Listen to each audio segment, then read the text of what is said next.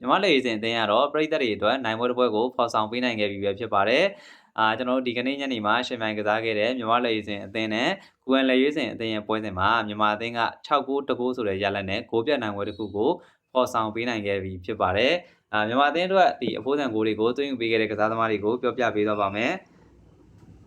ကျွန်တော်တို့စိုးမိုးကျော်ပေါ့နောက်ခံလူစိုးမိုးကျော်ပါမယ်အမောင်လွင်ဝင်းနိုင်ထွန်းဇော်ဝင်းသိန်းရှိုင်းဝနာအောင်ဒီကစားသမားတွေကမြန်မာလေစဉ်အသင်းအတွက်ဒီအဖို့တန်ကိုတွေကိုသွင်းယူပေးခဲ့ပါတယ်